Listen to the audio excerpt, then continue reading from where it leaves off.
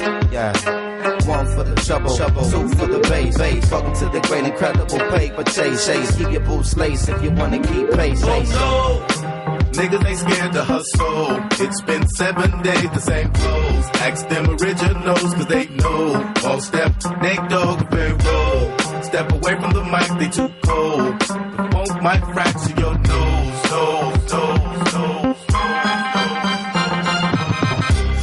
Say my name. Observe how I stake my claim. I independently laid down and paid my game. My own tool raised my flame, cause dick riding ain't my thing. I earned what they said I wouldn't. I got it the way they said I couldn't. But now I'm getting it and they whole grill is crooked.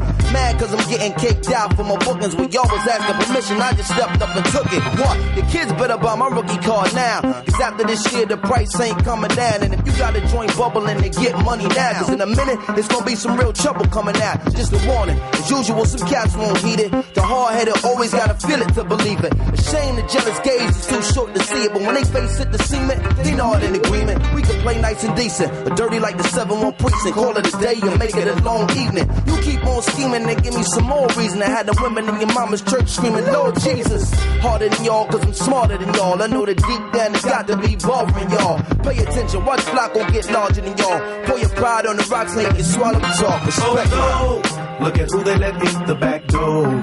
From Long Beach to Brooklyn, they know. We rock from the east to west coast.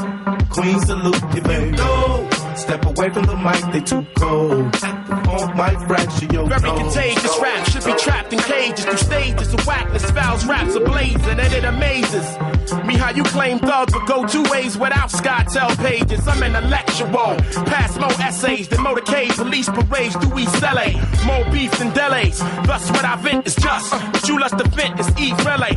Hallelujah, Pharaoh march you through ya. Maintain the same frame of mind, screw ya. Get the picture, sit ya, seat ya, greet ya with scripture. I'm equipped to rip ya, reach ya. Pharaoh and Moses, verbal osmosis, coast to coast. We boast to be the most explosive here. Ferocious, the lyrical prognosis, the dosage, just leaving you mentally unfocused there. MCs just come on round. You're the next contestant, so catch a beat down. Don't be hesitant, sound cracks the sediment. It's evident we medicine for your whole town. Sky's the limit, game's infinite when I'm in it. All windows is in it, seeing me when I'm in it. Rap, we got it on lock, man, stop that. Put that mic back down, boy, drop that. Pharaoh's flows blow shows like afros. We hate y'all though, that's my Nate Dogg. Oh no, niggas ain't scared to hustle. It's been 7 days, the same clothes. Ask them originals, cause they know. All step, Nate Dogg, very roll. Step away from the mic, they too cold. The funk might fracture your nose. Oh no, niggas ain't scared to hustle. It's been 7 days, the same clothes. Ask them originals, cause they know. All step, Nate Dogg, very roll. Step away from the mic, they too cold. The funk might fracture your nose.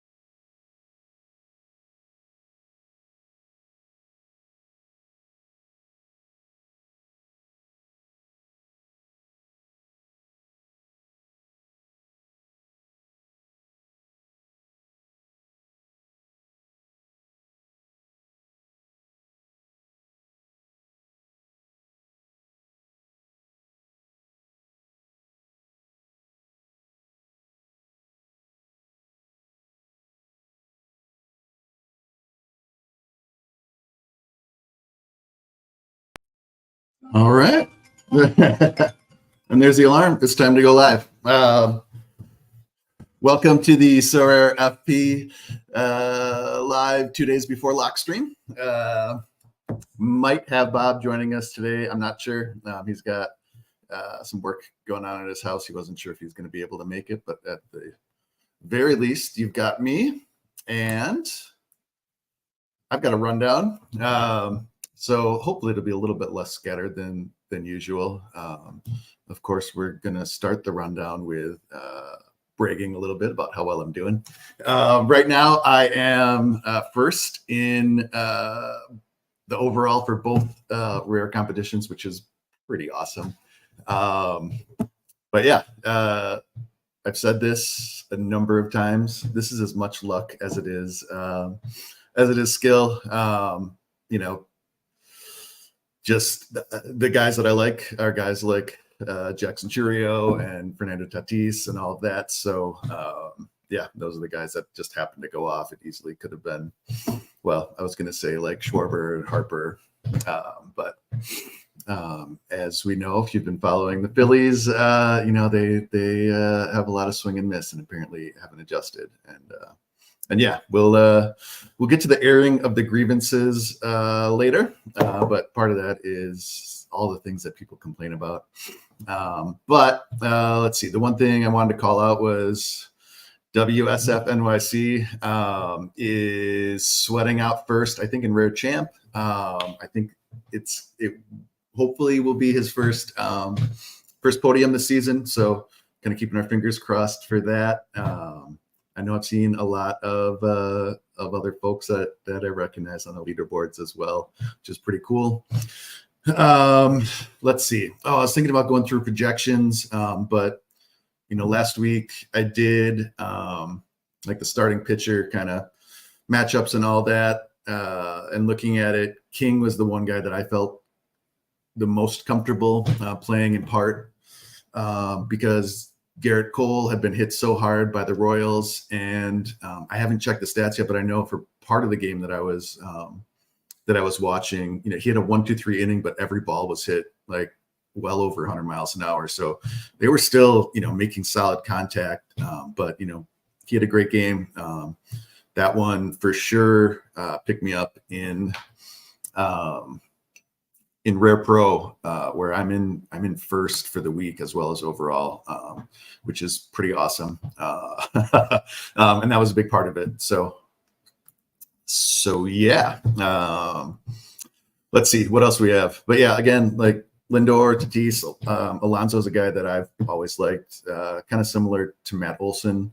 He's a guy that hits a ton of home runs, you know, and he's going to be streaky, and there's going to be times where he's going to hit, you know, 200 for a month, you know, with a 600 OPS, just because he's not hitting any balls out, but he's clearly got the skills to hit a lot of home runs. And Matt Olson's the same way. When they get hot, they can carry a team.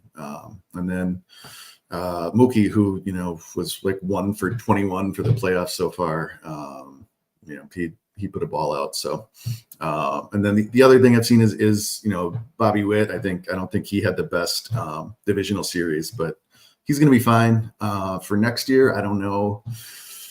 I feel like the Royals have like, it's kind of similar to the Twins in some ways, where they've got like a lot of position players who are maybe like quadruple A guys who, you know, there's like Isbell and, you know, other than Witt and Vinny Salvi, I mean, even Michael Garcia, like he started the year really hot, but like a lot of guys that there's, you know, questions about whether their bats are good enough. And I don't know if, especially with Vinny, I think he had a wrist injury, but with his injury, and I'm always scared of wrist injuries, kind of sapping power. But, you know, other than Witt and Vinny, like if they don't have, and Salvi, who's getting older, and, you know, every year it seems like he's due to fall off. Hasn't yet, but yeah, I mean, if he does finally, you know, his body starts breaking down, anything like that, they could certainly use a little more offense. MJ Melendez is the same way, where, you know, he hits the ball hard, he makes solid contact, but hasn't put it all together yet. So yeah, being a Twins fan, I'd prefer not to see the other AL Central teams doing well, but I mean, it is kind of fun, I think, seeing the Royals do well, seeing someone like Bobby Witt, who, hopefully will be a superstar in this league for years. It's kind of, I like it. I like it when they're kind of a fun competitive team. So yeah, there's that. Other than that, let's see, we wanted to look at the upcoming game week. I'm going to check and make sure Bob hasn't snuck in. All right, he hasn't. Week ahead. So we've got 2 games left tonight and tomorrow. We have, I was going to bring that up. Can we do that? We can.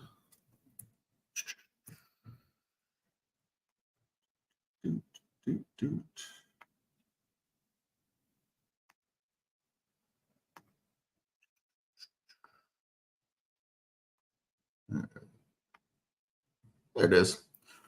All right, so Mets and Yankees are already in, which is kind of exciting. I think as the last time, I'd be kind of excited to see a Subway Series, but Guardians and Tigers. Is that one tonight, or is it the other one? Let's look. So yeah, Guardians and Tigers on Saturday, and the Padres Dodgers tonight. Honestly, I could see anything happening in either of those series. I think it's going to be fun. Again, to not just get too far ahead, but I think this has been a great postseason so far. I like the format, and yeah, we'll we'll wait to get in there. Kicka's here. What's up, Kicka? Kicka, who says he's a minnow and I'm a whale, which I think is hilarious. Anyone else is here, please feel free to let me know how you're doing, what you want to hear about today. I told Bob I'll have as much stuff as prepared as possible if he couldn't make it, and there's certainly more than enough to get into. But yeah, if there's anything you guys want to talk about, please let me know. But so Locke is going to be late on Sunday. I need to switch to that. I'm still figuring out how to do this, y'all. But if you were here early, we figured out how to do Pheromage as part of the intro. Usually I'm listening to music while I'm getting ready, and so I kind of like to have that stuff on while I'm gathering together the rest of what we need to do. But yeah, so Locke's going to be late Sunday for those of you that do the projections with us. So we'll wait until after the final game Saturday night. Once the matchups are set, hopefully Sunday morning we'll know at least some of the kind of rotation ideas. So I'll plan to have projections out. It'll probably be 10, 12 hours before lock. I should be able to do them in the morning on Sunday. I am going to be kind of out in the mountains at a cabin, but I know there's internet in town, so I can go in for that if my phone's got get enough signal at the cabin. But yeah, we'll have those out Sunday morning. Looking ahead, Mets Yankees already in. We've seen a lot of Mets stacks did well this game week, but I think Lindor and Alonso are certainly going to be top picks. I think on the Yankees, Judge hasn't had the best game weeks so far. Stanton has. Actually, I just bought a Stanton rare. I'm usually not one to kind of buy cards, for stuff like this. But kind of seeing as where I'm at, I've tried to kind of stock up on a couple extra rares to make sure that I've got something ready depending on who goes. I think I'm probably most prepared for Mets and Tigers in the AL.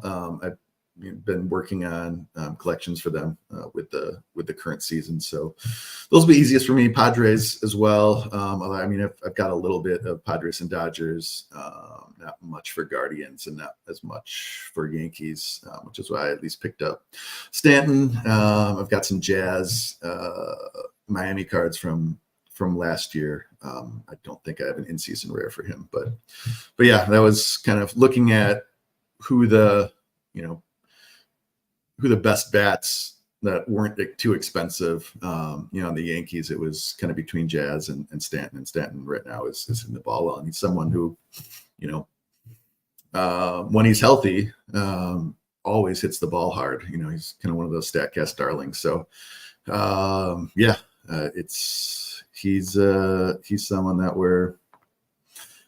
I'll be hoping does well in this series. I'm not a Yankees fan at all. They're my least favorite team, so I wouldn't be upset if they lost. But if they are scoring runs, certainly both the Tigers and the Guardians don't have the deepest rotation, so it'll be interesting to see what happens with them. If it's going to be Skubal and Chaos carrying the day or what. But yeah, that's where we're at. Let's see what else we have. For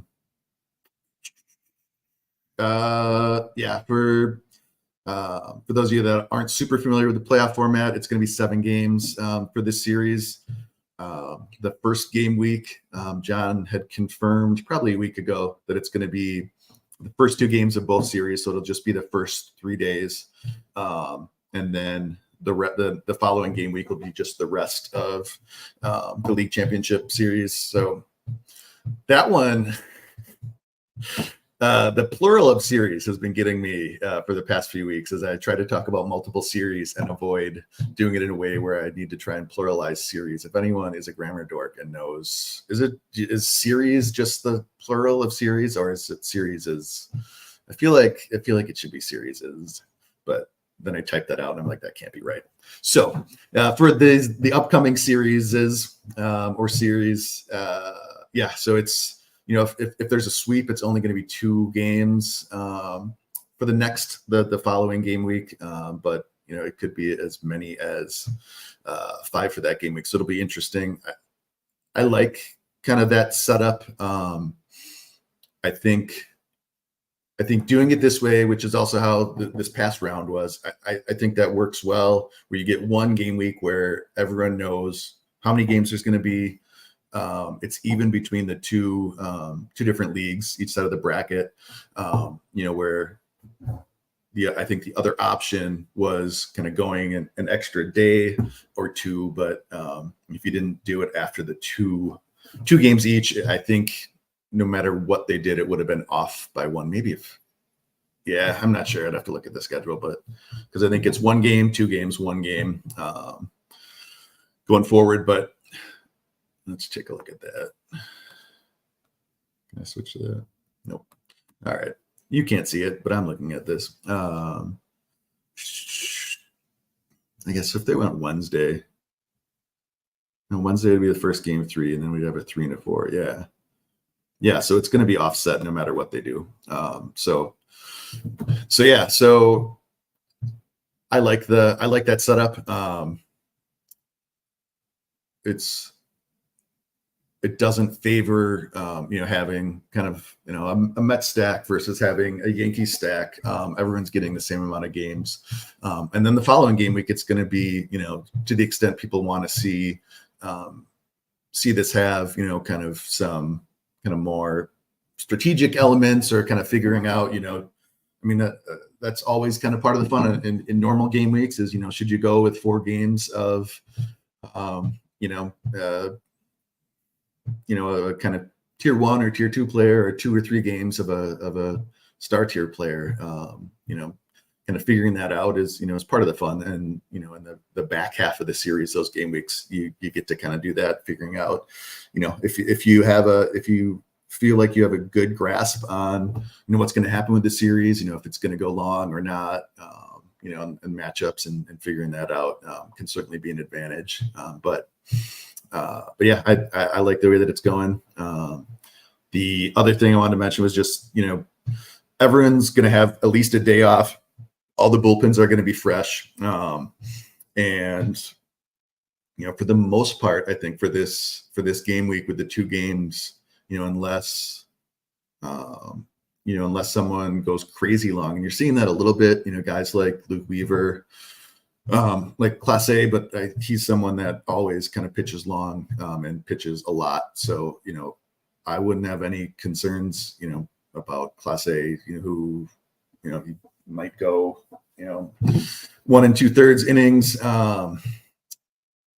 Tomorrow, is that one tomorrow? I feel like I just looked at that, but yeah. So he's someone that they'll pitch him till his arm falls off. But like Weaver went over an inning yesterday. I think those guys will probably be able to go 2 days in a row. And for this game week, that's all it's going to be. So I think there's going to be a ton of options for this game week, as opposed to some of the other ones in recent weeks where, going into the wild card series, I know like Iglesias and Diaz were both, both have pitched a ton and just like weren't even options because they, probably weren't going to play at all, even, if depending on how the series shook out. So yeah, so that's what I was looking at. Let's see. There are other things to talk about before I just start complaining about things. Probably not. All right.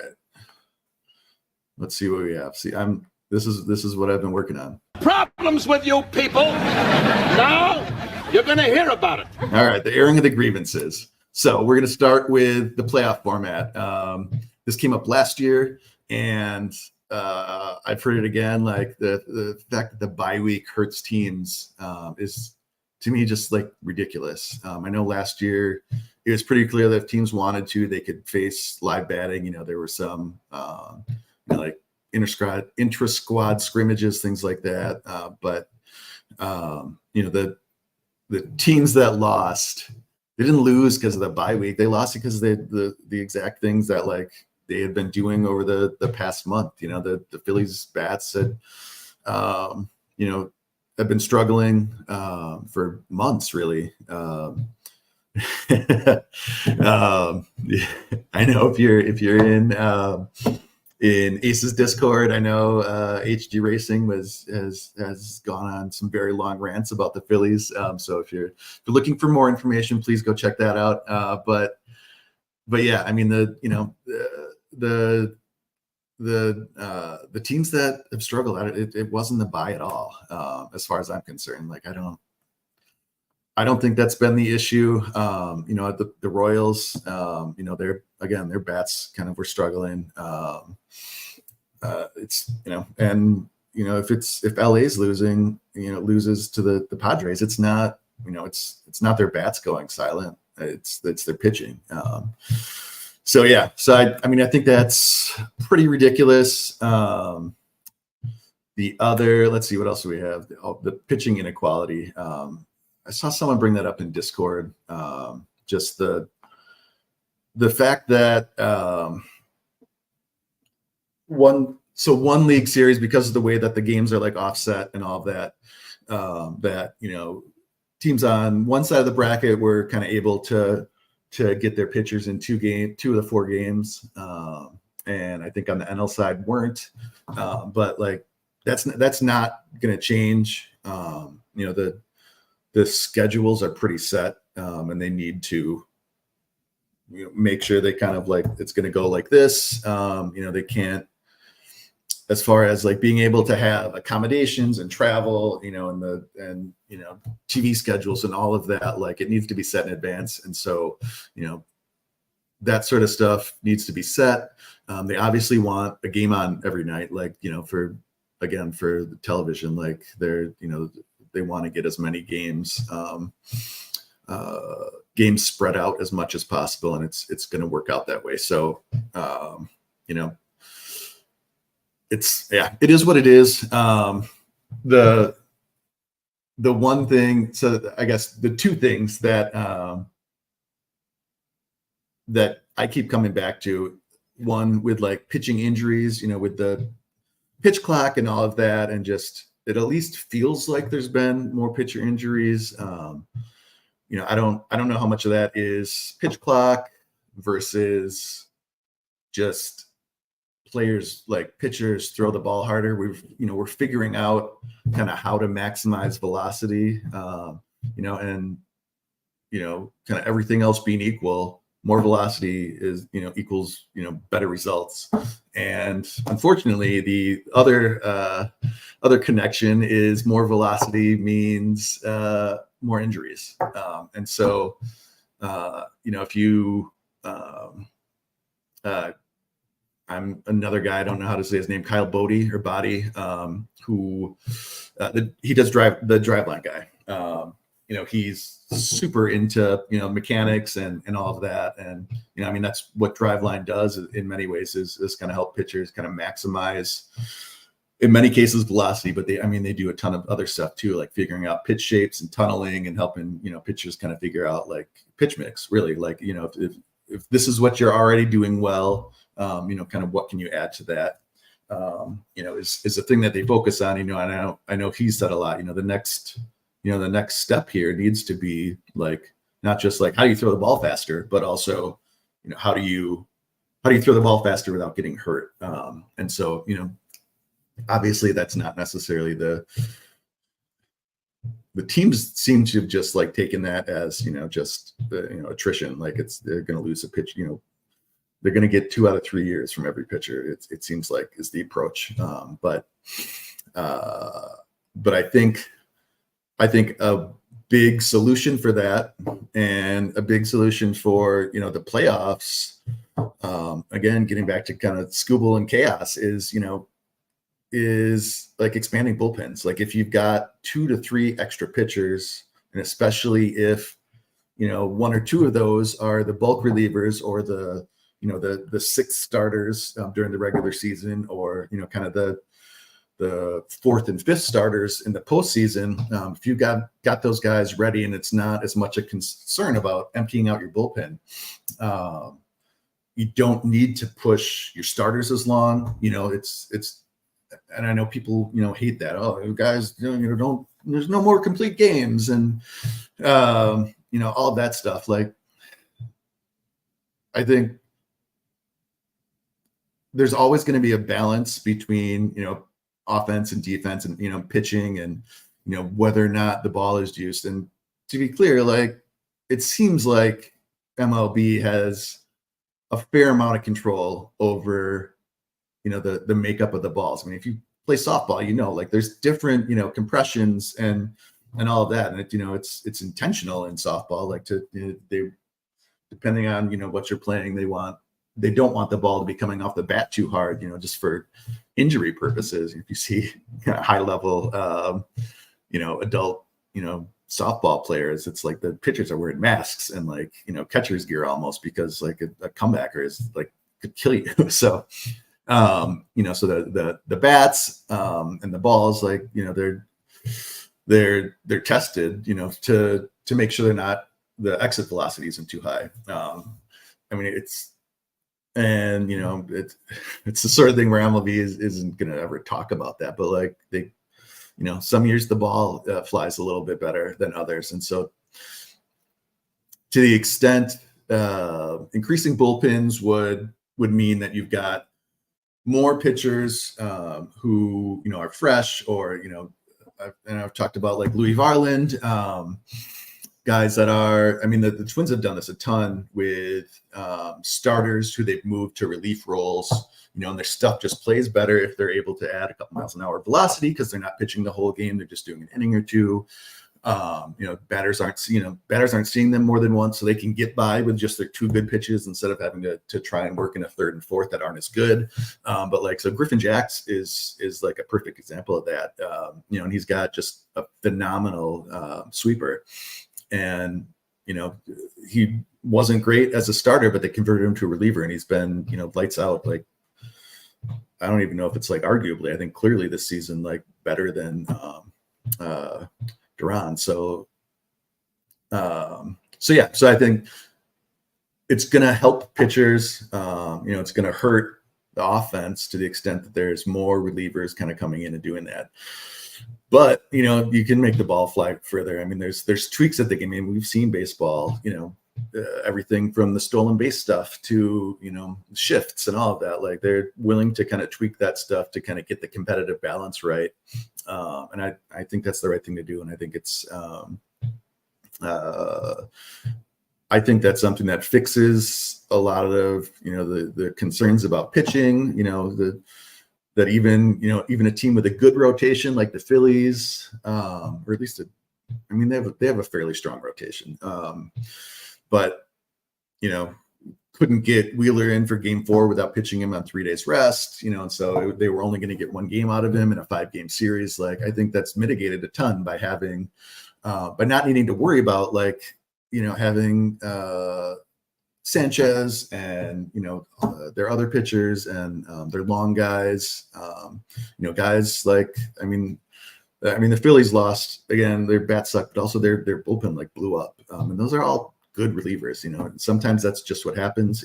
Whether it's bad prep, and they just didn't have the plan that they needed, or they didn't execute the plan, or it's just a magical Mets season of pumpkins and grimaces and all that. It's they may have just ran into a freight train, and that what was going to happen was going to happen, whether it was whether it happened to Wheeler or Hoffman or Strom or whoever. It's it is what it is. But adding on to the quality arms that they can add, there's more. It's hard to find starting pitching, right? So you can find more easily relievers, and so to the extent that becomes more valuable, and I think we are going to see that. Reliever, just kind of league wide, reliever is tends to be the position that you can skimp on, or at least typically. I think the kind of rule of thumb has been don't pay for performance with the relievers. And I'm talking about an MLB, but I think in the same way, to some extent with Sorare, a guy that, puts up a ton of saves, but but his walk rate's too high, things like that. We're getting better and better at figuring out what makes for a good pitcher, and, when they're struggling, outcome wise, when that's maybe more a product of bad luck, or just, kind of normal variance where, a guy with a 1.0 whip and who gives up, like a 2 ERA or something like that is still going to have some stretches where, he gets hit hard like the Phillies relievers did. And it's just, it's going to happen. So yeah, that's those are my thoughts on bullpen usage and playoff format. Again, I think the biggest thing is both last year and this year, it's been super exciting games and series. The Diamondbacks run, all that last season I thought was super fun, and the games were close. Even when the Mets winning 3-1 this one and winning the earlier series, just so many lead changes and excitement. It's been great games. The next one I had was Manny Machado being Manny, which is not the normal Manny being Manny, but yeah. So the base running thing with Manny, and I'm pretty proud of myself for at least preparing somewhat today. But I didn't have a chance to grab the video of it. But if you didn't see the video of Machado running out of the baseline to block a throw from Freeman, the first baseman who had fielded the ball kind of short, and it was throwing it to second for the force. Machado just ran almost towards the pitching mound. I mean, he wasn't, but he was onto the grass pretty much, and then cut straight to second base. And everyone freaked out, oh my God, you can't do that. And then you have the rules dorks who are well, actually, there's no base path. And so the rule is you can't go 3 feet out of the base path is kind of the general rule. But all the weird stuff that comes in after that is well, there isn't a base path until there's like a tag play. And so like if Freeman had started chasing him and had a tag play, he can't deviate from the baseline. And the baseline isn't just like the straight line from home plate to first base. It's the straight line from wherever the runner is to whatever base he's running to. And so I think one of the storylines, I think, with the Padres has been, that they're, the villains, that it's Profar doing his stuff and Machado and Tatis, like, making faces and all of that. Like, I'm always going to fall on the side of like, that stuff's fun. Like it's fun when there's, rivalries. It's fun when teams are getting mad at each other. Like they're having fun and they like clearly care more than like, I'd rather see, Tatis making faces at, at fans and all that and getting into it than, than the players just like not caring. Like I think it's fun. But yeah, like but that's the fun thing is what Machado did is like, that's a super heads up play. Like that's like, he knew exactly what he was doing. He knew what the rule is. And, I think there is something of a gray area where, if he ran straight at a ball, or something like that, yeah, there's some discretion, but, I think the bottom line is like, the guy was like, Freeman was behind him. He knew he would probably throw to second when he fielded it, but like, kind of putting himself in the way of the throw, like before the throw is made, is something that I think is totally fine. But like, that's the sort of heads up stuff that, if it was a different player, he'd get praised, right? Like, he's gritty. It's like, great. And then, you see that instead of, there was a lot of commotion about, I think it was Ken Rosenthal, the athletic writer, who just like ripping the Padres apart for, it's the no respect for the game. The people that hate bat flips and, pitchers like yelling when they strike someone out. Like, again, I mean, there's certainly a line and that's fine, but like, that stuff's fun. Like it's just unquestionably like, I think some of the most fun videos are, like Yordan hitting a home run in the playoffs and just like throwing the bat down like he's disgusted with it. It's like Ohtani's the home run Ohtani hit, like his first playoffs and like hitting a go-ahead home run. Like he was fucking excited. And like, I don't I think it's ridiculous to yeah, I don't know. Old people are silly. What else do we have for me complaining about things? Sorare is flooding the markets. I think there were complaints about, Sorare killed the secondary, and then this happens all the time. And I'm sure it'll always happen. I think, it's just a fact of life that, I always say like, we're always going to want more, whether it's rewards or we want, prices to be higher after we have cards, not before we get cards. We want the prices to be low before we buy cards. But, Sorare has been minting, playoff players on playoff teams. And so, prices were, fairly low. But like, most people had the cards they needed already, and I think more people than previously had looked at the kind of how things go over the season and said, well, I can sell some cards for the playoffs. And especially looking at last year, last year I think was somewhat unique in that, or not necessarily unique, but at least deviated a little bit from the norm in that the Diamondbacks and the Rangers weren't the teams I think that, going into the playoffs, most people thought like they're going to make a run to the World Series. And so I think a lot of people didn't have, as many players on those. And just the same way that I needed to pick up a Stanton to have at least a little bit of Yankees ready to go if that was going to be the play.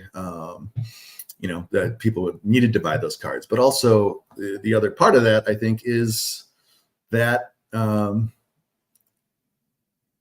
prices I don't think spiked as much last year, and we can take a look at that if there's time. But like in the early rounds, I think it was more this point where you're down to 2 or 4 teams, and so again, despite how you may have prepared, if you thought Phillies and Dodgers, and if you thought they were going to go all the way, and right now neither of them might make it, you're not going to be prepared, and so you're going to need to pick up cards. But that was less of an issue in the earlier weeks, and so we are seeing. I know I've sold some Mets cards have started selling. I think I just sold a in-season Pete Alonso limited for $20 that was selling for like $10 a week or two ago, which I think in all cases is crazy. Like I mean, again, I think Alonso is someone who should be a top tier player, and that after I'm done with my airing grievances, and I feel like I'm going to tire myself out, I'm not as angry anymore as I started off as. But I can talk about the Twins too, although even that is not as upsetting right now as it has been. Can't imagine most of you follow Twins comings and goings, but like the Twins are owned by the Pohlads. They've owned the Twins for years and years and years, and many years ago they were fine owners and stewards of the team. They have not been willing to risk money, and they're small market team and all of that, but like they, as owners, as business people, like they certainly have the money and the liquidity to be able to put more money in, and maybe not have it work out, but instead of adding another bat or adding to the pitching staff in the off season, or even once they got to the mid season and for half the season, getting a rental, like even Tommy Pham. You saw what the Padres did, bolstering their bullpen, and I mean they've got probably 5 guys that they would trust, in a do or die situation, as opposed to the Twins who were down to Jax and like a not super effective Yohan Duran and not much else, and part of that's unlucky. Brock Stewart got hurt. Some of their signings didn't work out, but they also got just as lucky with Carlos Santana, who's like 75 years old, still playing. I mean, both defensively and offensively playing. It's like a far better than replacement level player, like even at first base. So moral of the story is the Pohlads announced that they're looking at selling the team, which is awesome. Of course, in true Twins fashion, they're doing it at like probably the worst possible time, like selling the team last offseason, coming off of their first playoff win in 2 decades, selling the stadium out, excitement, which they killed by not putting money in, and like all the fans could see it. Like why didn't they do anything? Like no one. Again, Carlos Santana had a great season for them, but like you don't sign Carlos Santana as literally, I think like 39-year-old, DH first baseman and say, well, that's going to make our off season. Like, so, they lost season ticket holders. The stadium was like, people were choosing not to go to the game, and granted the Twins sucked for the last 6 weeks of the season, but like, they weren't going to the game because the team sucked as much as they were like, the team sucks because the owners aren't putting the money into the team to compete. And like, it's just such a clear correlation between like spending an extra $30 million and having a more competitive team. And so anyway, they're looking at selling the team. I have no idea where that's going to go. I know, right now that the T-Wolves are in a crazy like ownership dispute with another Minnesota-based businessman who probably hasn't done the best job as an owner. Certainly not as terrible, but like Glenn Taylor, I don't think he's perfect by any means. And there's this huge dispute with the group that, agreed to buy the team, or at least buy majority stake, and A-Rod, and I'm not sure who the other investors are, but there was a final payment that needed to go through, I think last March or something like that. And so it's like, it's rich people fighting over money is how I typically describe those disputes. But yeah, hopefully it doesn't come down to that with the Twins as well. I'm not sure, kind of who the people interested in the team are. It's crazy to me, but Target Field is probably 10. He's 10 or 15 years old. I mean, he might be close to 15 years old, which you start to get scared then that there's going to be threats of moving the team again. So that's scary, but like Target Field is a beautiful field. I don't know. The fans want to be behind the Twins, and it's really hard when the ownership isn't willing to put themselves out. So hopefully that changes for the better. I think I've always said, and I'm sure this goes anywhere, but like getting more into the Clamp One lore. I lived in Minnesota for 15 years. I moved there for college in late 90s. Was there for like 15 or 20 years. I was just talking to someone about this yesterday. Like, as far as I knew, like I was going to live there the rest of my life. I think Minneapolis it's not perfect by any means, as with everything. But I thought it was a great place. So I live in Boise now. Minneapolis is a big enough city to have like all of the cultural stuff, the food, and like literally any sort of like entertainment and stuff. Like it's big enough to have that music, like its own music scene, its own arts, sports. To have hockey, football, baseball, a Big Ten college, all that stuff is a great place. So like I plan to stay there. But yeah, there was a point to this and I've totally lost it now, haven't I? Oh no. So I'm sure it's this way everywhere, but like the sports talk radio, kind of contingent of like, I think people complain now about, ESPN and all that. And it's like, it's just hot takes. Because that's what sells it. Like, it's not like actual nuanced understanding. It's like not helping fans understand the game, which again, it's fine. Like, I mean, I think, with the way that kind of internet grew, like there's more than enough people that, dork out about stats and like understanding the game and understanding the whys of the game. That, I don't think ESPN needs to play that role. I think that's fine. But like, that's not a new thing, right? I mean, there's always been some idiot calling in to, AM radio to say, manager sucks. And, Trey Turner's the worst player on earth, whatever. So I always felt like Minnesota was worse in some respects. I think Vikings fans, I just like assume that the worst is going to happen. So like they go into it just thinking like, knowing it's not going to work out, and then that plays out.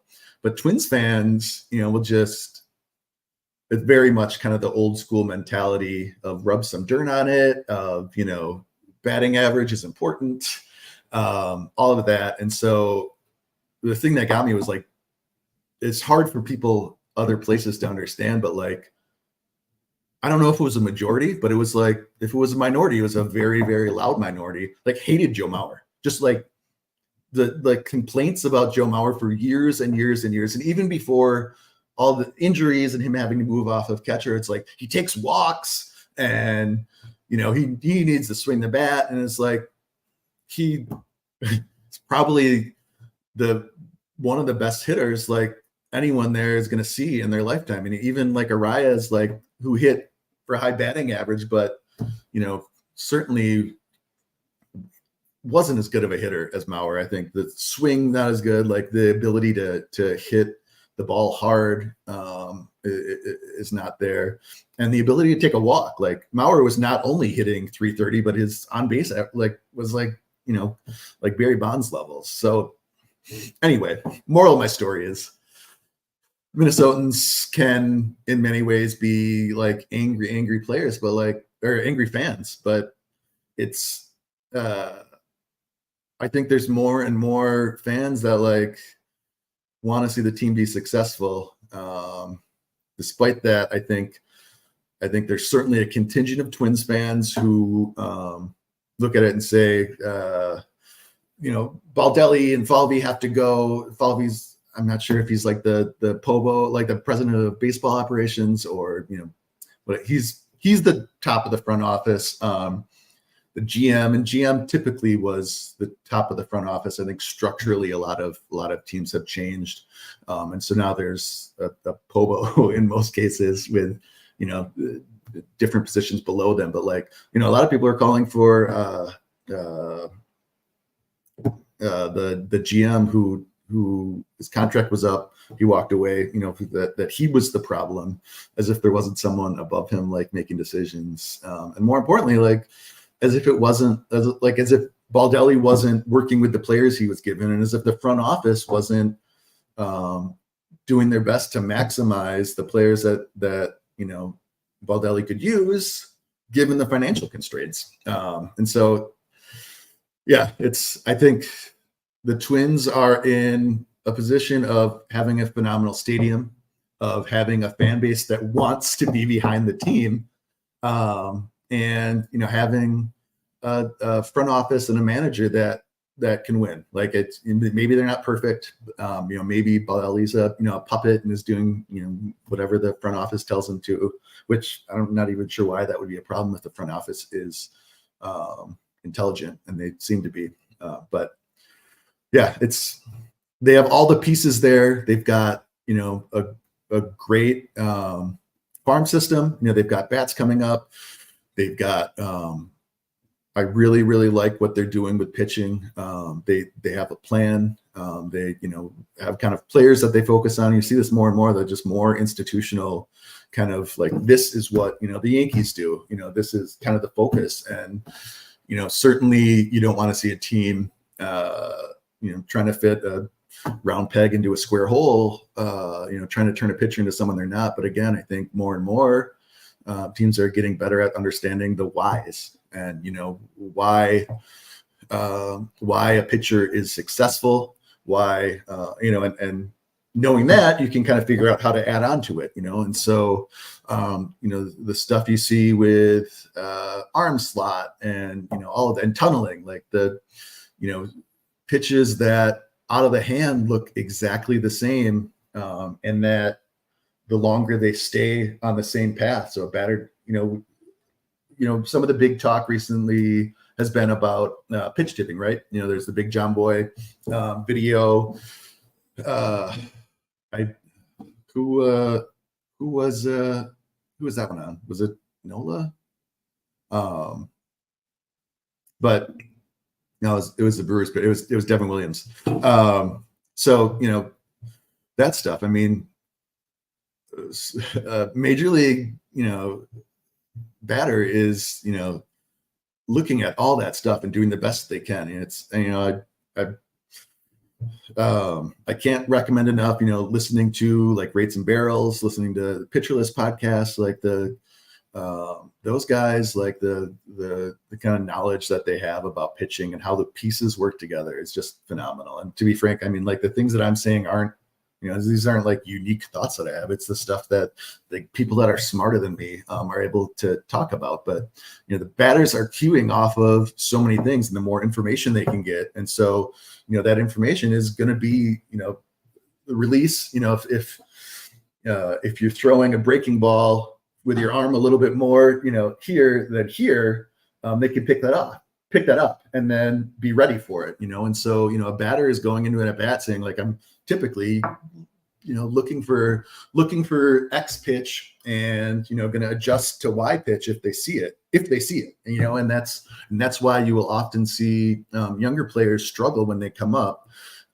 because they haven't consistently seen pitching of major league quality. And so it takes practice and it takes time, and some are able to do that, some are as with everything, like some are so athletically gifted that it's a lot easier to make up for it. If your bat speed, your hand-eye coordination, your natural form, or your learned form, the things that you've put together, if it translates well to being able to adjust, and typically a hitter can only cover so much of the plate, and again, these are all things that it's so cool to see teams, especially now, understanding that more and more and more of, here's the hole, in someone's swing, or the better a hitter is, it's because they have fewer and fewer holes, and so it's like, yeah, like you could pitch, you can give Jordan balls inside, and he's not going to hit them as well, but he's still, going to have, like 1,000 OPS, and not that high, but like, he's still going to be hitting better than most major league players, even on his weak spots. But it's like you're picking your poison. But again, I don't know. It's cool to see that stuff. One of the big ones I know, and Sean Manaea is someone who I think seeing the progression, and that's one of those players that Sorare wise, I wish I'd had more courage in my convictions. But like, when he was $1 for limited cards, like I probably had 10 or 15 of them. He's one of those guys where it's like, initially it was velocity, so like he was a driveline guy. I think he added 3 or 4 miles an hour. I know he started like new routine stuff. Again, part of the driveline stuff is like not just like throwing, but like the weightlifting and like using weighted balls and things like that to help increase your velocity, your ability to increase your velocity. And so there was that, and his, he always kind of looked like he had it and he was going to be better. And then the Giants, like, kind of like, I never really understood why they didn't just let him go, but like they were often like piggybacking him. So he wouldn't start the game. He would, not get to a third time through the order, and maybe he was really struggling with that, whatever. But he got jerked around a lot, and sometimes when a player is struggling, it's not an issue of skills, it's an issue of like situation, and we have and will see that in the playoffs with pitchers where, again, you've got starters, normal starters coming in out of the bullpen that they normally wouldn't do. And sometimes that routine change throws them off, someone, I think Bibby's going to be, a starter regardless because of the way that Cleveland's rotation looks. But Gavin Williams is someone that I like. I think the skills are there. But like if he's coming in, whether that's coming in with men on base, which you're not used to, or coming in just, kind of without your normal, routine of warming up and getting ready, you struggle out of the gate. And batters are a little bit warmer, if you're coming in the second or third or fourth inning, and as opposed to like first pitch of the game, the batters are kind of feeling out the pitchers as much as the pitchers are kind of trying to figure out their stuff and what they have or not. And you see a lot more struggles with that in part because of the change in routine and all of that. And so with Manaea, like, again, I just went and looked and I was like, I don't think I have any of his cards left because I sold them all at some point. And again, that's just one where just kind of clearing out my inventory. Jump Sheet's not sure if he's late, but he's here. Welcome again. Thanks everyone that's watching right now. Oh wow, we're getting close to an hour already. But again, if there's anything else you guys want me to touch on, please comment. If you can, I think YouTube you should be able to. I'm not sure about Twitter if you're watching on Twitter, but yeah, happy to touch on anything. And please comment if Bob shows up, because I might miss him on the bottom. But with Manaea, he's someone who the change I think was to his arm slot, and so kind of moving it down, the ball's coming out differently, and things like that. And so, I don't know, who kind of made that change, or if that was a change that kind of happened. And that's the sort of thing when pitchers are struggling, it'll sometimes be because their mechanics have gotten off, either because, when you've got a tight, you see all the like an oblique injury, or, even a hamstring for a pitcher is going to affect kind of everything in the kinetic chain. And, a slight kind of change, their arm slot changes some and they lose control, or the ball isn't spinning as well, or it's just easier for the batters to see what's coming. It seems like that was the change for Minaya that kind of helped him unlock a much higher level of play. So I think that stuff's cool. I love. Sorry, I was just watching. What was it? There was someone talking about. I need to find this because it was hilarious.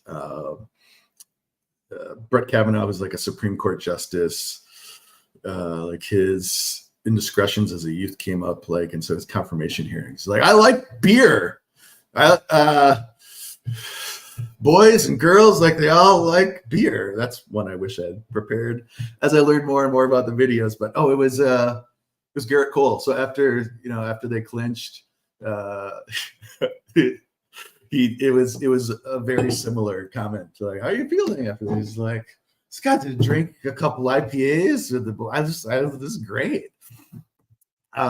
Sorry for that tangent. But IPAs, it came off a little weird, I thought, like just a little bit awkward. But yeah, it was just a funny seeing those videos side by side. But what else do I have to touch on? We have, all right, my airing of grievances. Sarah's doing fine. Market's not flooded. Jazz is another one of the guys like Manny Machado who, like, he's disrespectful to the game. I mean, he hasn't been doing great in the playoffs so far, but I mean, he's hit clutch home runs and all of that kind of, down the stretch and all of that. I mean, he's not someone that's going to shrink from the spotlight, right? There's some guys that go to a New York team and it seems like it gets to them. He loves it and thrives on it. And I think he's fun. And I think he's someone that moved from short to second to center field to third base. And while he may not have been like perfect or necessarily like a Gold Glover, like, he's done it. He's been happy to do it. And he's done it like pretty well. And yeah, I think Jazz is super fun. Even just following him on Twitter, that's been one of the joys of me following along with Twitter things since I started doing baseball stuff more. It's fun watching him interact with people. The last one I had was, as I was trying to write out Sorare MLB, does anyone know how to write or even say Sorare? It's always been Sorare for me, Sorare. But I know with NBA, I don't know if it was Worldwide Wob or someone else, but they definitely were saying it differently, like so rare or so rare. But then also the spelling, is it all lowercase? Is it not? And then for MLB, like, whenever I'm writing out, like, is there a colon or not? I wish someone would give me some clarity on that. And I think that is going to be the end of my rants today. I'm certain I will get back to the Twins at some point and figure out how to do that. Looking ahead, rankings. So Bob and I are going to start, I think, with top fives. So we'll probably get started with that before the playoffs are over. I think on one of our streams we'll start touching on like preparing, going forward. Like I said, not only is Pete Alonso like way cheaper than I think he should be, all, especially teams that just like got knocked out, Phillies, Zach Wheeler cards are far lower than they should be. And part of that is, I've said this before, but I used to put a lot of time into setting up price alerts with Sorare data, so I didn't like actually have to follow the market. And I think when I first started playing and when I would start looking at buying cards, I would check the market once or twice a day. It's like just filter by recent listings. I favorited all my favorite players.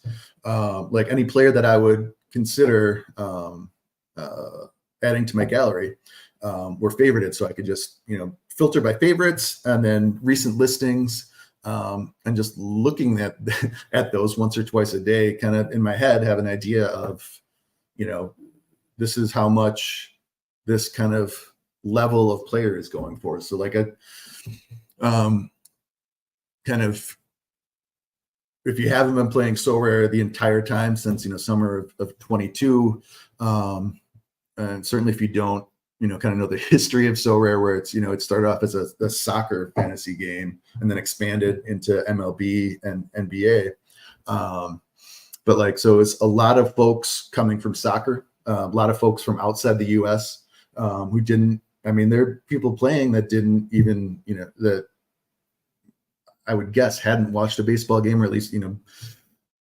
had watched one a handful of times, in the same way that I watch hockey. Like I've seen hockey games. I'm not a hockey fan though. And certainly not, going out of my way to watch hockey games or understand it. So like, icing to some degree, I've watched enough hockey in my life to know. I've lived in Minnesota for a long time, but the way that pitchers are used. So like there were a lot of folks that didn't recognize that a starting pitcher wasn't going to play every game. They're kind of looking at it in the same way that they look at soccer of, yeah, they're not going to play every game, but like they'll play most games, right?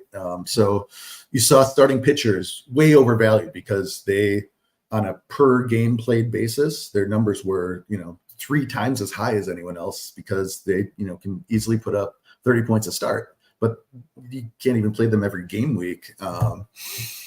So I think they were pretty severely overvalued, just kind of based on how many you need. I don't know that people necessarily recognize that, like, you can't just have a starting pitcher. And like, again, they're not going to play every game week, but even, having 1 or 2 or 3, extras to kind of fill in those weeks, is, I think, often not the most efficient way of playing the game. And certainly there's room to, disagree about doing it. And, as I always say, like, Bob and I approach Sorare in very different ways. Like, I think we're both, considering what we're doing, and I think we're both successful at it, by whatever gauge you want to use, whether it's, performance or just simply like getting out of it what we want, which in many ways is just fun. But like, winning is also fun. So there's that. But I think certainly our approach to building a gallery and all of that is different. But that said, I think most people would agree that, like, you're probably going to be better off, if you've got $100 to spend on starting pitchers, you're better off with 5 $20 ones than one $100 one. Like, I don't think there's any way to, and if someone wants to dig into the stats with this, it'd be interesting to see. But maybe, the example I always use is Jacob deGrom, who, when he pitches, when he's healthy, is probably head and shoulders the best pitcher in the league, both Sorare and I think otherwise. But he strikes out a ton of batters. He does a good job of he's not walking a ton. And so I think everyone would probably, I think guys like that will often give up more home runs than you would maybe expect, just because one, they're throwing the ball so hard that it goes the other way just as hard. But like Strider, DeGrom, but also I think, like I was talking about with hitters, they're doing everything they can to read, what pitch is coming, whether they're watching, the spin of the ball. And I'm not saying, when I say that, I don't mean like you can see like the seam where it is, but like the seam when a ball is spinning, depending on the axis and depending on the axis and how it's coming out of their hand, it looks different. So the same way, that when brims are spinning, they look one way versus not. Like there'll be a dot on the ball, the red. I think it's red. I'm colorblind, but the red seams, like the way that it's spinning, it's going to look different. And so they're keying on all those things. But when a pitcher is so much better, is so good, and they're able to command the ball, and they've got pitches that are hard and move a lot, and don't do what you're expecting. Like at some point you just got to guess. Like there's not much else you can do. And sometimes it's a little bit easier, I think, to make solid contact when it's just like, well, I'm not going to touch his slider. And so if he throws a slider, I'm screwed. But like, I'm going to swing for the fences if it looks fastball. And, if you happen to make, contact on that, it's going to be solid. And so I think you see higher home run rates with guys like that. But again, tangent, but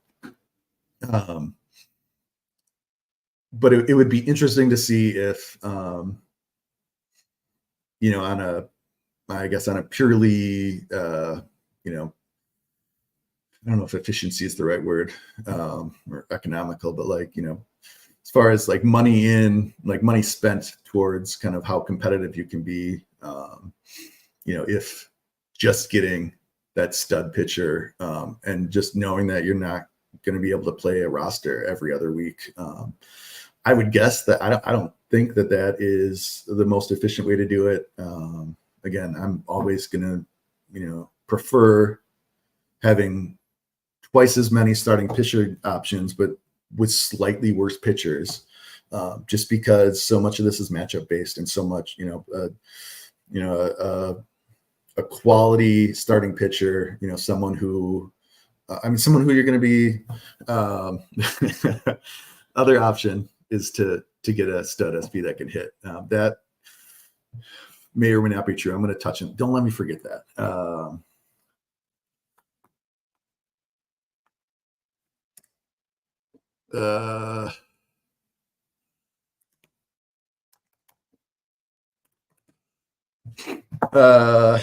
Jumps in, there it is. That's what I wanted to get to, was talking about that. But yeah, it's where was I going? Pitchers. I lost it. Thanks, Jump Shoot. It's that time in the morning. I'm ready for my nap. All right, I'm going to close this out fairly quickly. Let's see. Like and subscribe. If you would like Sorare FP shirt, we put shirts together. So it's like a kind of print, like it stays open for a week, and then they all get printed at once. I think there's like 2 days left on it. So if you want a shirt, if you've listened this long, I think you should buy a shirt, because I think you would appreciate it. But yeah, we're gonna do some more designs. So the first one is just a basic one. I think I have a link on that. Yeah. Is there an option to share? I wish that was easier. Someday I'm going to figure out how to do this better, and you guys are going to be super impressed. Let's stop that one. Let's do that one. All right. Let's see. Yeah, this is the very first Sorare FP shirt. Yeah, so we've got 1 day and 6 hours left. There might be an option to expand it if you are dying to get this shirt. And and you're not going to be able to do it in the next 30 hours, let me know. I can see if we can extend it longer, or I can just order one for you, which gets to my next point, which is we are going to be doing an annual membership for Sorare FP. $5 a month for projections, $10 a month for Discord, Sorare FP app, where you can submit your lineups directly. We have the button, and I don't want to brag too much, especially since it's not me. It's all Captain No Sweat. It works pretty well. Like it's direct. I haven't used the Sorare data one, but it sounds like there's a couple more steps in it. And to be fair, we're doing it differently than Sorare data is, and I can't imagine anyone from Sorare is actually watching this right now. If you did, thank you, John or Everett or Damien or anyone else. Thanks for watching. But yeah, no. So we had always submitted through the API, and so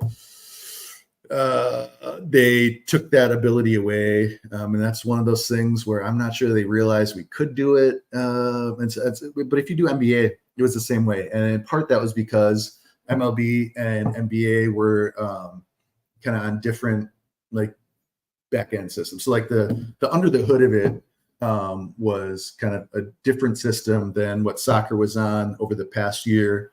They put in a bunch of work to convert everything to the same, I guess, I don't think this is the right word, but kind of the same syntax, the same kind of language for the API. So, the calls and the commands and all of that, it's the same, as opposed to an MLB, it was if you're looking for player score, it was the MLB player score, or it was underneath, something that was MLB as opposed to being clear. It's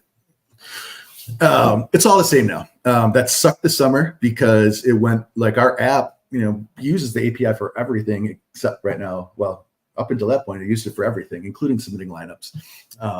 Again, I don't know if Sorare knew that. Because soccer wasn't, you were not able to submit just simply through the API. But so when they made those changes, that went away. So we use a token-based system. If you haven't used this before, it's something where you need to use two-factor authentication, and that makes it so that we won't ever have the ability. So you enter your password on the app. With two-factor authentication, even if I could go into the code of the app, I can't make it where I could ever log into your account because I wouldn't be able to do the two-factor. We're not saving your login information or anything like that, but I just want to be clear that what we do have is it's never short, Jesse.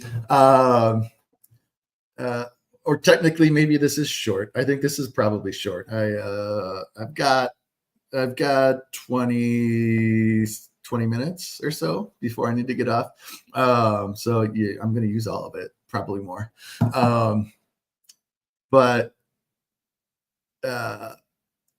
Yeah, that was probably more detail than you needed about the app. Moral of the story is that's how we do it. I know I've always, I'm typically uncomfortable kind of using my password, giving my password or access, to third parties or whatever.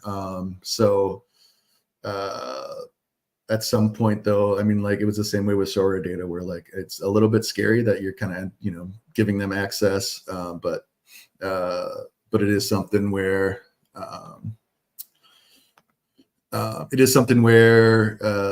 hopefully kind of there's enough people that, have done this. It comes down to trust, I guess. We don't want anyone's data to be taken. So again, and Captain No Sweat is more on top of this than I am, but it is something where, we don't want to be storing any of your information. And so we're, to the extent we can, we're not. And so that's how the token system works. You have a token then on your device And so after you've created it, it's good for 30 days. So, we also don't want something that's going to hang around forever. If someone were able to, hack you, whatever. Again, I think these are, as best as I can tell, kind of best practices. But moral of the story is I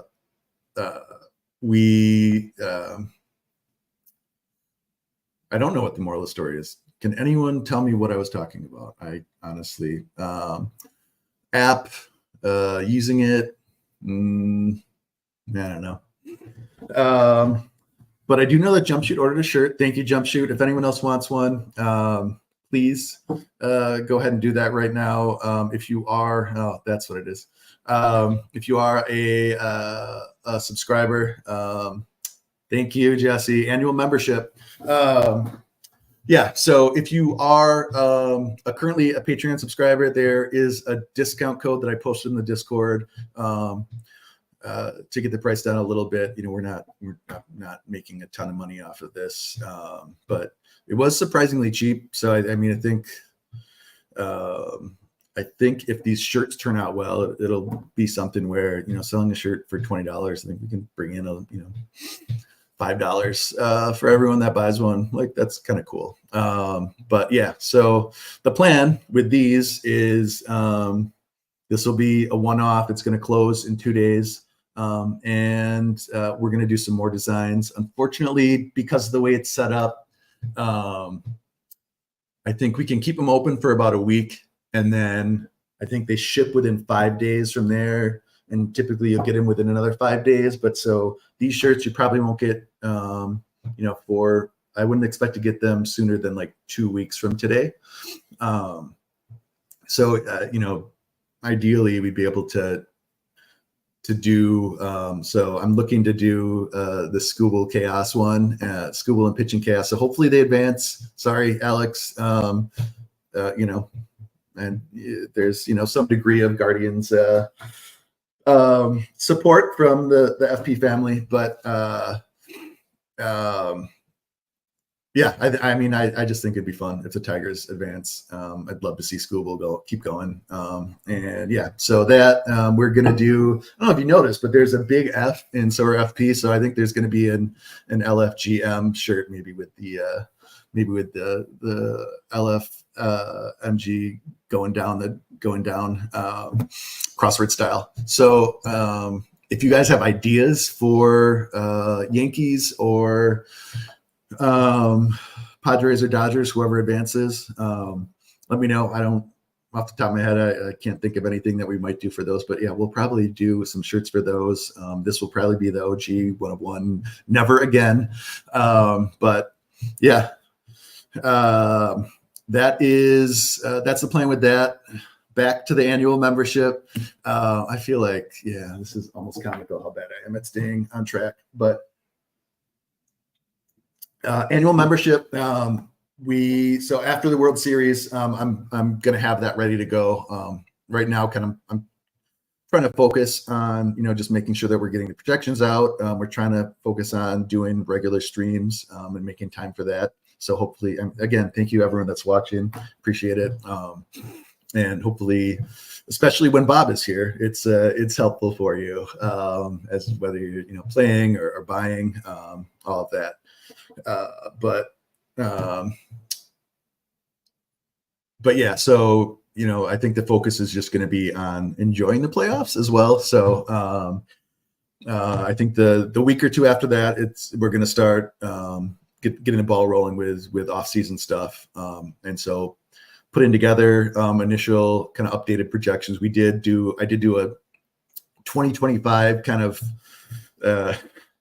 I think the headline on Patreon was projections are here. They're not good necessarily, but they're here, just because it's at this point, certainly kind of what we do and kind of to go behind the scenes is and this is Alex's baby, and I'm for sure going to tweak it and kind of be able to add things onto it.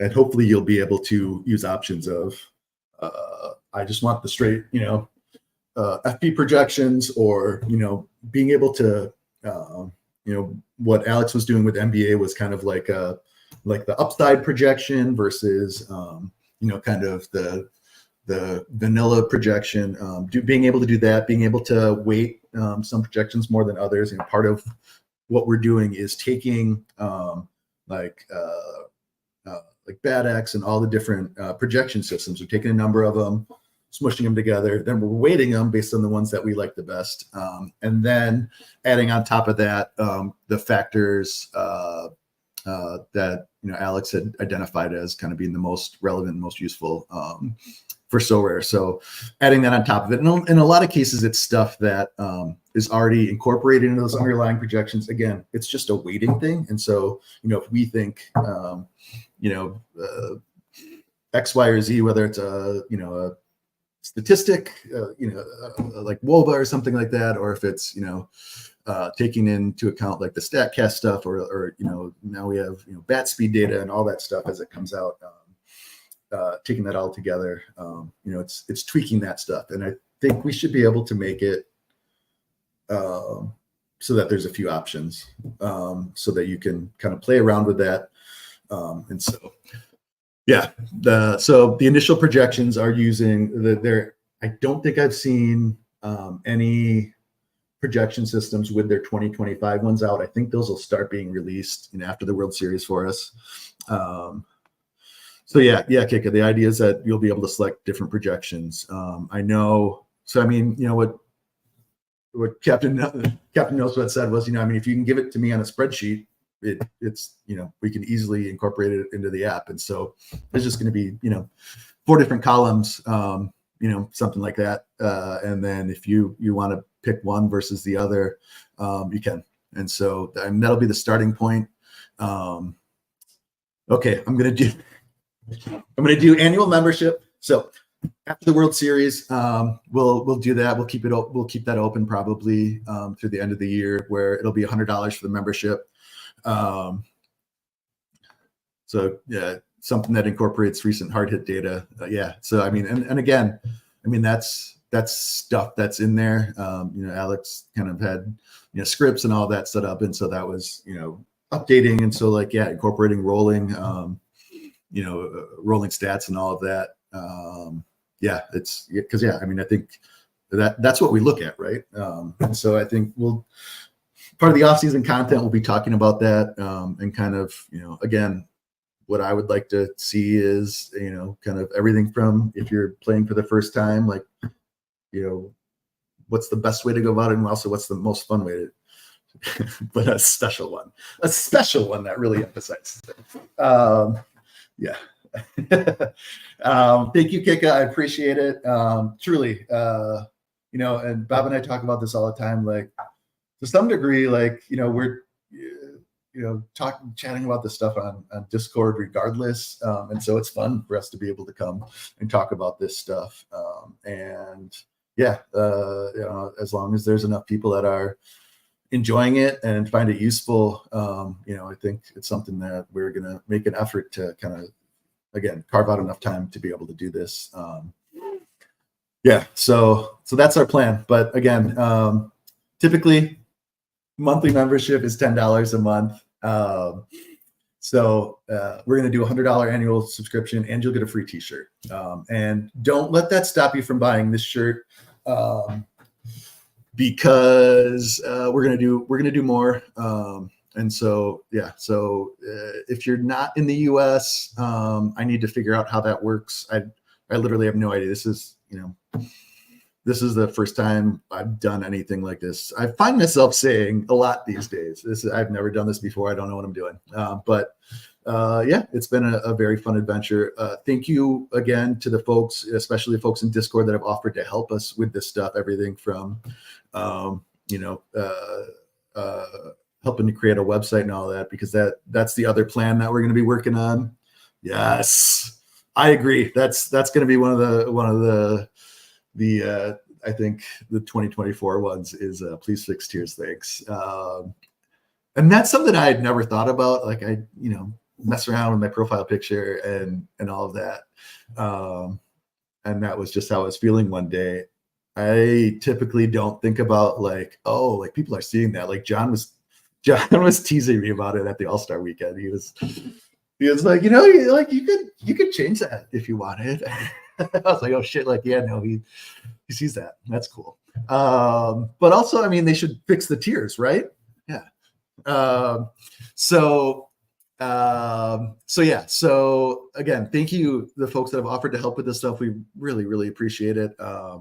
But yeah, you know, I don't think we're going to get the app on Android. We might be able to.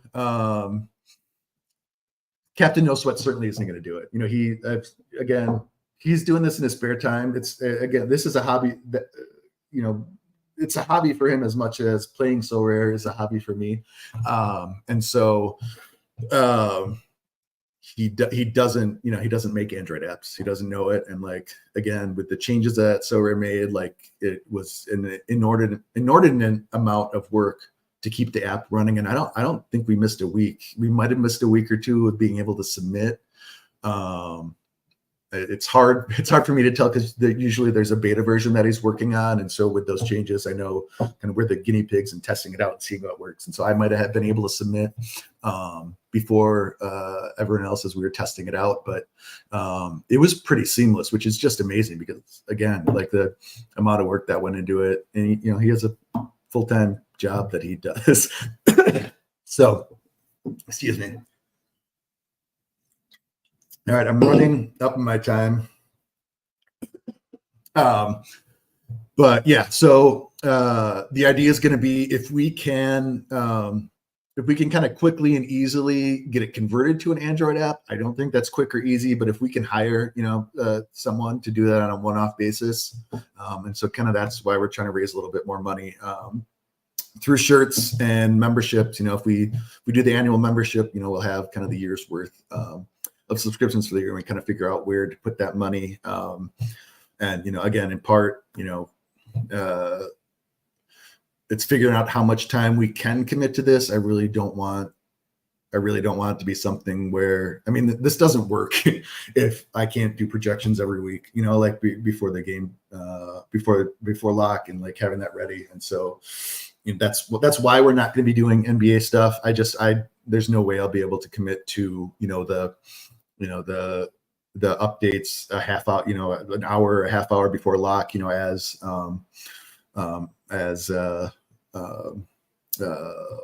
like injury destinations come out, or, you know, when someone's resting and all of that.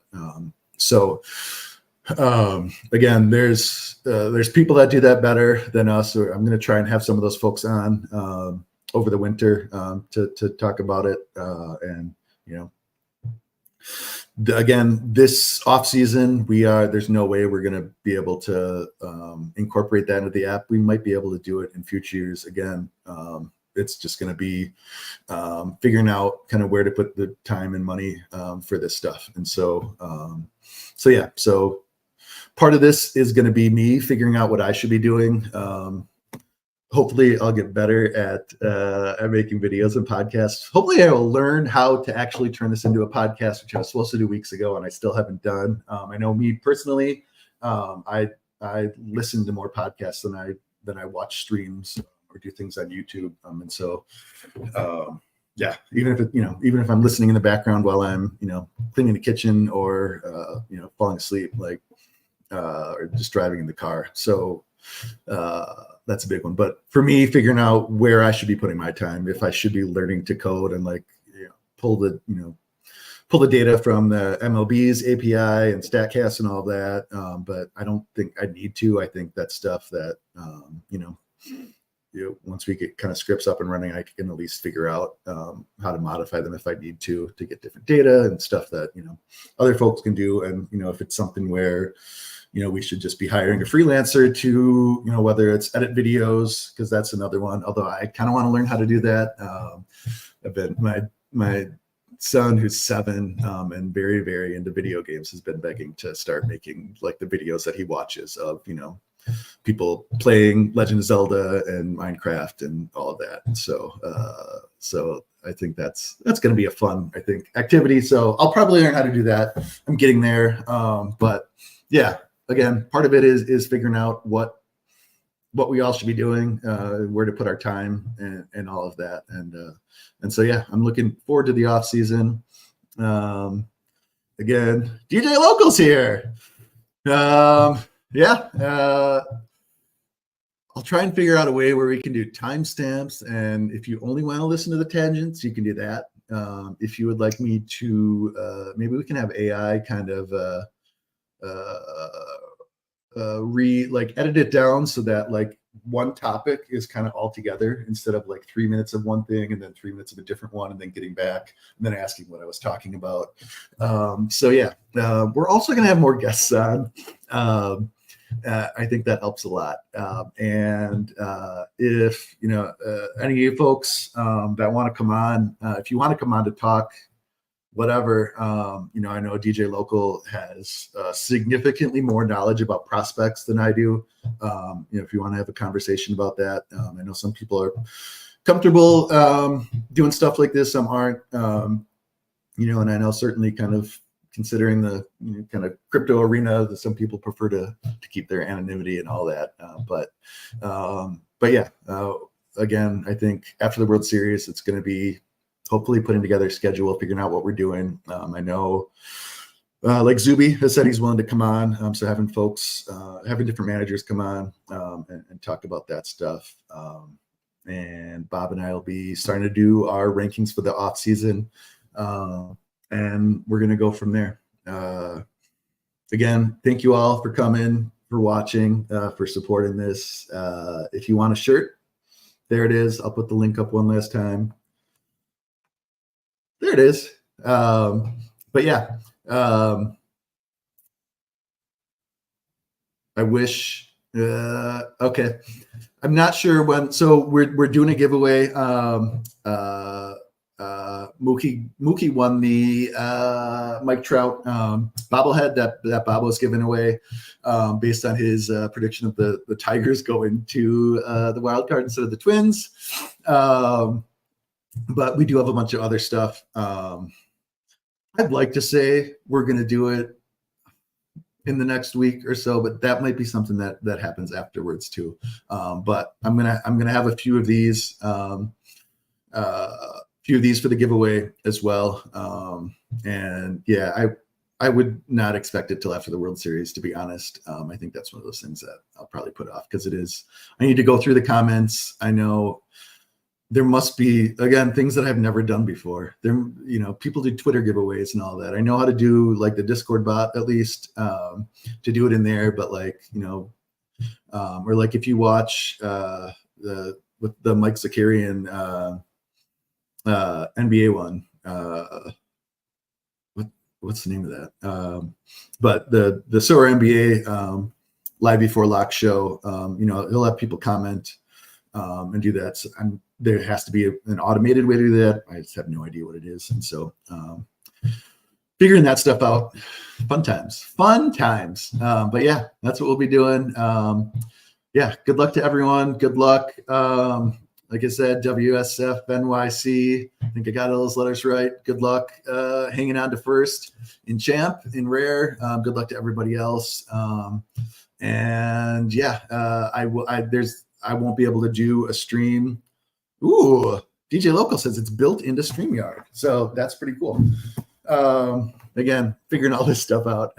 So yeah. But yeah, good luck to everyone. There isn't going to be live before lock or anything like that for the Sunday lock this coming game week. But Bob and I will try and do something on Monday. I think I'll be able to do it for sure. And if he can't, I'll try and find someone else to come on just so that it's not, you know, an hour and a half of me rambling. So yeah, good luck, y'all. See you on the other side. Peace.